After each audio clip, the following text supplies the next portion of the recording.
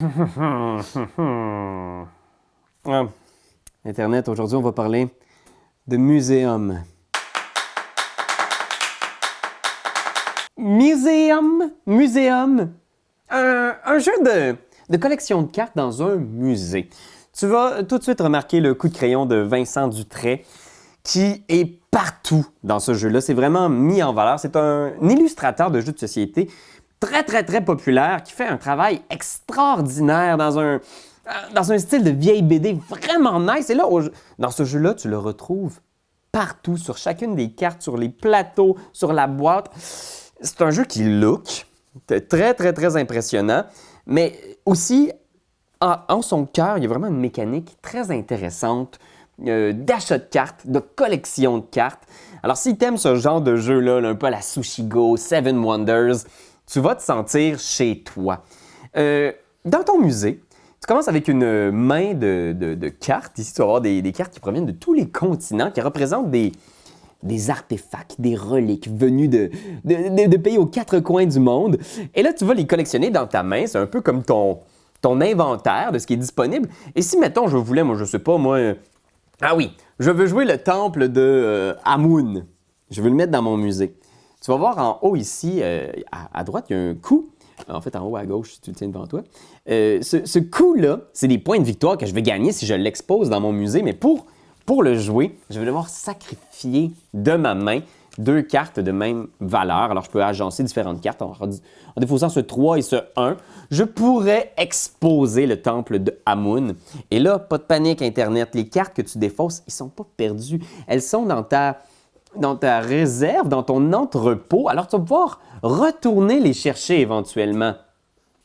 Mais la grosse twist, c'est que quand tes cartes sont dans ta réserve, elles sont disponibles à l'achat aux autres musées du monde. Alors, si mon adversaire doyon veut vraiment aller les chercher, il peut dépenser des cartes de sa main pour aller chercher ce que j'ai mis dans mon entrepôt.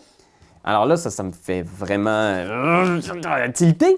Sauf que les cartes qu'il va dépenser pour les acheter, il va me les donner à moi.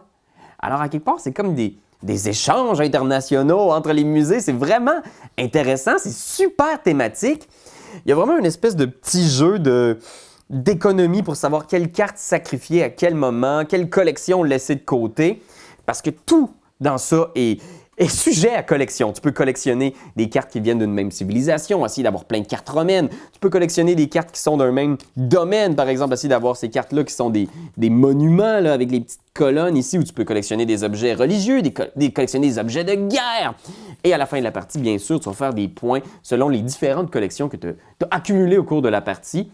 Tu commences aussi la partie avec un objectif secret qui va te demander, mettons, d'avoir le plus de cartes possible de la civilisation Inca. Et si tu réussis, tu fais 25 points de victoire de plus. C'est vraiment plein de bonnes idées. Vraiment.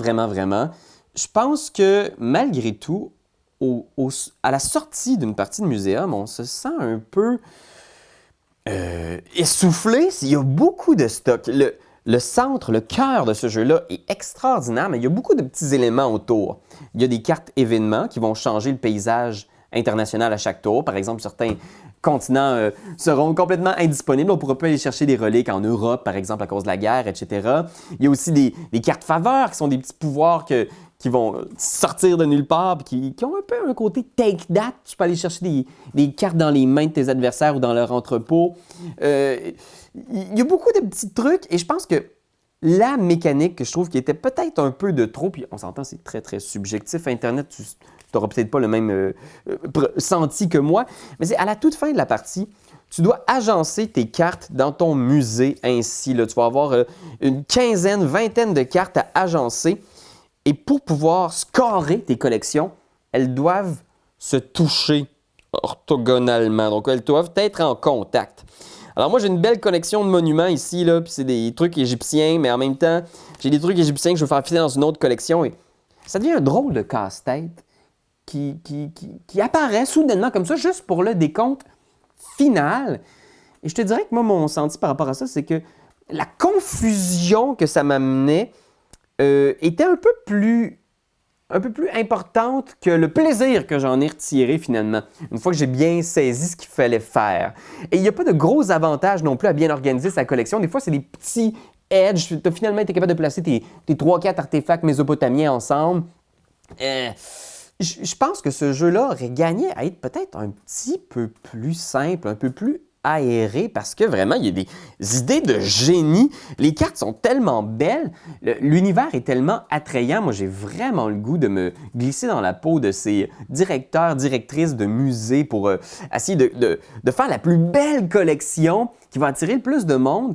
Mais il y a quand même beaucoup de petits éléments là, qui viennent se greffer à cette bonne idée de base-là, mais qui sont un peu essoufflantes. Je vous dirais même que c'est un super beau set collection qui aurait pu être un super jeu bien rythmé qui se joue bien à 1 heure.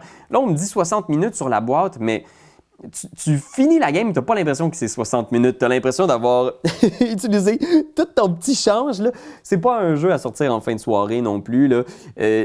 C'est intéressant, c'est vraiment bien. C'est pas si lourd que ça. Là. Je vous en parle, vous avez l'impression que c'est un jeu super compliqué. Non, c'est le fun. Il y a beaucoup de stock, je trouve, personnellement. C'est un Kickstarter aussi qui a connu un super bon succès. Il y a plein de petites extensions là, que j'ai vues qui ont l'air d'être très, très originales, bien pensées aussi. Moi, je vous dis, allez l'essayer parce que si vous aimez ce genre de jeu-là, collection de cartes, si vous aimez Vincent Dutrait, si vous aimez les reliques, l'histoire, je pense que vous allez vraiment trouver quelque chose d'intéressant ici parce qu'il y a matière à réflexion, il y a beaucoup de profondeur dans ce jeu-là. C'était ma petite critique de muséum. Quand t'aimes quelque chose, tu donnes des bisous dessus. Mais comme c'est un ordinateur, tu donneras pas de bisous. Tu vas plutôt commenter, puis tu vas partager.